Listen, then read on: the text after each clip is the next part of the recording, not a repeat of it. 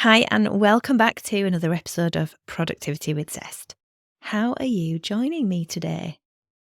Are you feeling hopeful about learning something new?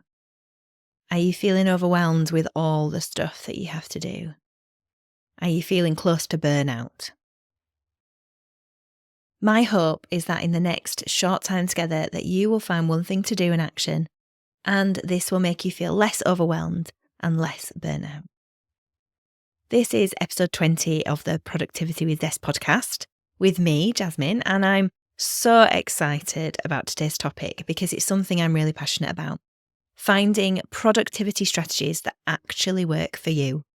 Not just following generic advice, but truly experimenting to see what fits your life, your goals, and your personality. You can use this episode to apply any content from other episodes or other tactics and strategies that you might want to learn and try. Just wanted to give a quick shout out if you're one of my new listeners. This is a really good episode to start with, along with the episode called What is Productivity?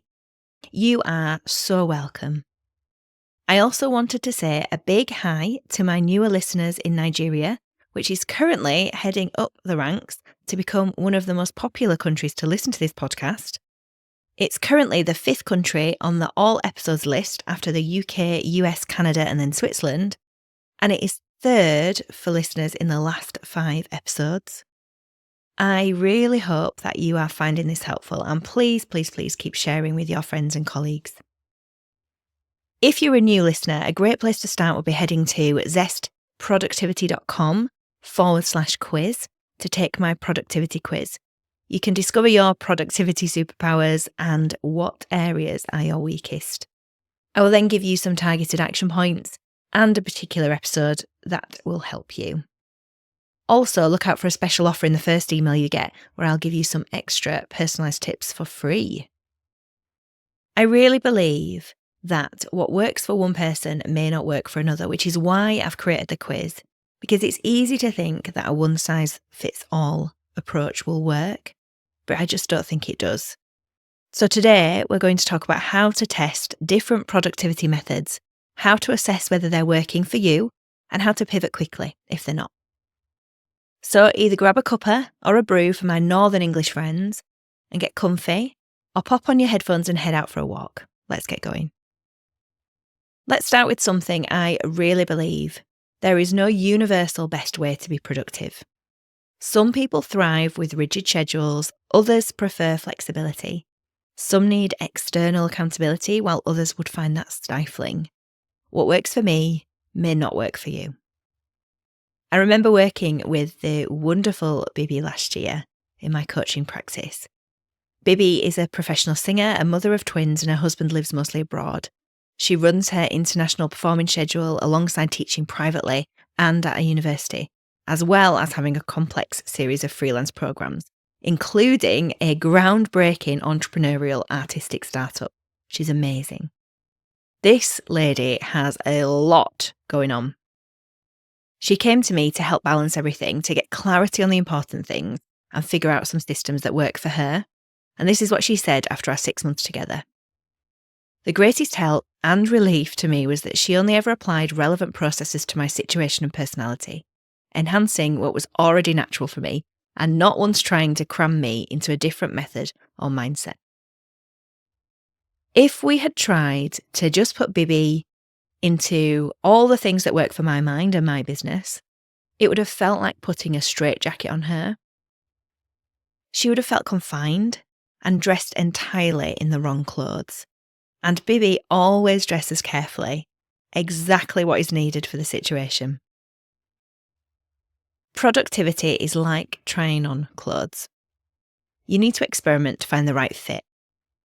It's about discovering what feels good, what looks good on you, not your friend, on you, and what actually makes your life better. This reminds me of a key question that I ask myself whenever I make any change in my life. Is this decision going to make my life better, easier, or harder? This question has saved me from many bad choices. It's a question I started leaning into more after the time I got a puppy. We've had dogs before, And I grew up with dogs, and I thought it was going to make my life better. But in reality, it made things so much worse. She was a lovely dog, but was not suited to our family or our circumstances. She wanted to be out chasing sheep. Literally. It was a really horrible and a valuable lesson when we knew that after 3 months of giving it our all, we had to ask the breeder to take her back and find her a home she deserved. Now, I've had dogs before, and it's worked out really, really well, but I should have taken the time to fully acknowledge the challenges before diving in much greater depth than I did. So me and my husband made the decision then and there that before making big choices, we would consider, is this decision going to make my life easier or harder? If it's going to make it harder, it doesn't mean it's necessarily not the decision we would make, but we need to acknowledge this and maybe make changes elsewhere to create space for it. You can apply this same question, this same logic to productivity experiments. Before trying a new technique, consider whether it's likely to ease your workload or add unnecessary stress. Is it going to make your life easier or harder? And this is particularly interesting with productivity because sometimes it takes a bit of effort and time to start something, to put in a new system. So you want to think about the long term. Is the effort to put this in going to actually save me time in the long run? So you need to try to see what fits, and that's step 1. Think of productivity experiments as test runs rather than permanent changes. You are not committing forever, you're just gathering data on what works for you. You need to try on that coat. It looks good on the rack. You think it will fit you, but will it suit you? There's only one way to find out. So pick 1 or 2 techniques to try at a time. Don't attempt to implement multiple new strategies simultaneously, as it can dilute your focus and make it harder to assess each method's effectiveness. And if you want to know more about maintaining focus, have a listen to last week's episode 19, about my productivity superpower, focus. Here are a few strategies you might consider based on previous episodes of Productivity with Zest. So you might want to try eating the frog. I talk about this in episode 16 about sticking to your plan, real life productivity. Eat the frog is when you start your day by tackling the hardest or least appealing task first. By getting it out of the way early, you create momentum and you free up more of that mental space for the rest of your work. Or number 2, the Pomodoro technique, which I've mentioned a few times, most recently on episode 19 in Focus, my productivity superpower.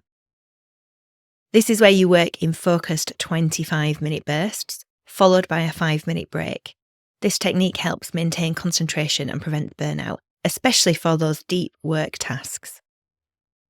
Or you might want to try weekly planning for clarity, which I talk about in episode 15, the power of short-term planning, 6 steps that will boost your productivity every week. You set aside time each week to review your goals, schedule key tasks, and anticipate obstacles. This proactive approach helps reduce stress and ensures you stay on track. Or you might want to look at the paper versus digital planning debate and test which one's going to work for you. We talk about this in episode 16 as well.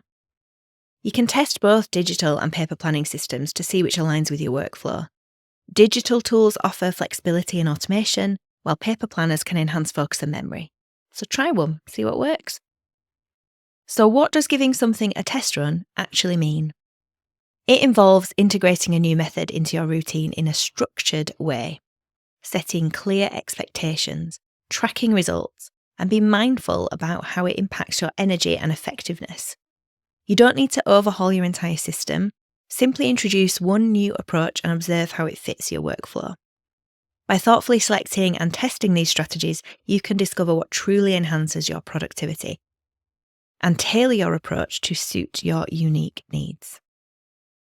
So step 2, how long should you try a new method? One of the biggest mistakes people make is giving up too soon or sticking with something too long because it should work. So a good rule of thumb would be to try something new for at least 1 week to get a real sense of it. If it feels promising but needs tweaking, adjust and continue for another 2 to 3 weeks. If you dread it every single time, drop it sooner. There is no point forcing something that clearly doesn't suit you. From a psychological perspective, research shows that forming a new habit can take an average of 66 days, so it can range from 18 to 254 days, depending on the complexity of the behaviour. Neural pathways in your brain strengthen through repetition, so the more consistently you apply a strategy, the more automatic it becomes. This means that some productivity techniques may need a longer commitment before they truly integrate into your routine. If you're trying a new daily thing, that will become a habit quicker than trying something weekly, simply due to the repetitions. So step 3, you've picked what you're going to try, you've tried it for a few weeks. You need to reflect now on what's working. Experimenting is only useful if you analyse what's working and what's not. It doesn't have to be onerous or take ages. In fact, please don't take ages over the analysis and stop moving forward. Here are just a few simple questions you could ask yourself to check whether it's working. Does this method make my life easier or harder? Do I feel more in control or more stressed? Am I actually accomplishing more or just feeling busy? And do I look forward to using this strategy or am I resisting it? You can use journaling, you can track your mood, or you can simply do a quick mental check-in to help you decide whether to stick with the method or move on. Even talking to a friend can be really useful with this. Step 4. Move quickly if something isn't working, or adopt it if it is. So if you figured out through your analysis that something is working and is worth carrying on, keep it, keep going with it until it doesn't. So keep checking in, is this still working for me? But if you figured out that something isn't clicking, drop it without guilt. There is no failure in quitting something that isn't serving you. The key is to pivot quickly, like I like to do, rather than forcing yourself to stick with something that drains your energy. Instead of thinking, I failed at this method, try to shift your mindset to, I learned that this wasn't the right fit for me. You wouldn't keep wearing an uncomfortable pair of shoes just because they looked good on someone else. So why would you do the same with productivity strategies? So productivity is not about doing more, as you know. It's about doing what matters, what's important in a way that works for you. And the best way to figure that out is to experiment, to reflect, to adjust and repeat, to do those steps that I've outlined in this episode. And if you'd like some help with that, whether deciding which methods to try, applying them effectively, or reflecting on what's working, this is exactly what I help my coaching clients with. Working with a coach gives you the structure, accountability, and expert guidance to make real progress faster. I also work with organisations. So if you think having executive coaching would help you in your workplace to the benefit of your company, get in touch. Earlier this year, I had a conversation with someone who had a desire to take her role to the next level, and she wants to work out how. After our chat, she realised that her organisation could benefit from structured coaching. She put me in touch with her employer, arranged a meeting, and now they're booked in for executive coaching for her and for others, so they will all benefit. I also run workshops on key topics like strategic planning, time blocking, focus and prioritisation, overcoming procrastination and preventing burnout, or I can create something bespoke for you. If that sounds something that could benefit you or your company, let's talk. Get in touch via my website, zestproductivity.com, and you can click on consultancy for more information. So here's your challenge for the week. Pick one new productivity experiment and test it. Maybe you're going to eat that frog. Maybe you're going to try to plan your weeks. Whatever it is, pick one and go for it. Then come tell me how it went. Message me on Instagram or LinkedIn, send me an email or leave a comment wherever you're listening. If you found this episode helpful, please share with a friend, leave a review and subscribe so you don't miss next week's episode. We will be talking about boundaries and how to put steps in place to stop work invading where it isn't welcome, so you can be super productive where it is welcome. Balance and boundaries are my weakest area in terms of productivity, and I quickly descend into overwork unless I'm really careful. Does that sound familiar? Remember, if you want to discover your productivity superpowers and weakest areas, like my balance, head to zestproductivity.com/quiz and find out in just a few minutes. Until next time, happy experimenting.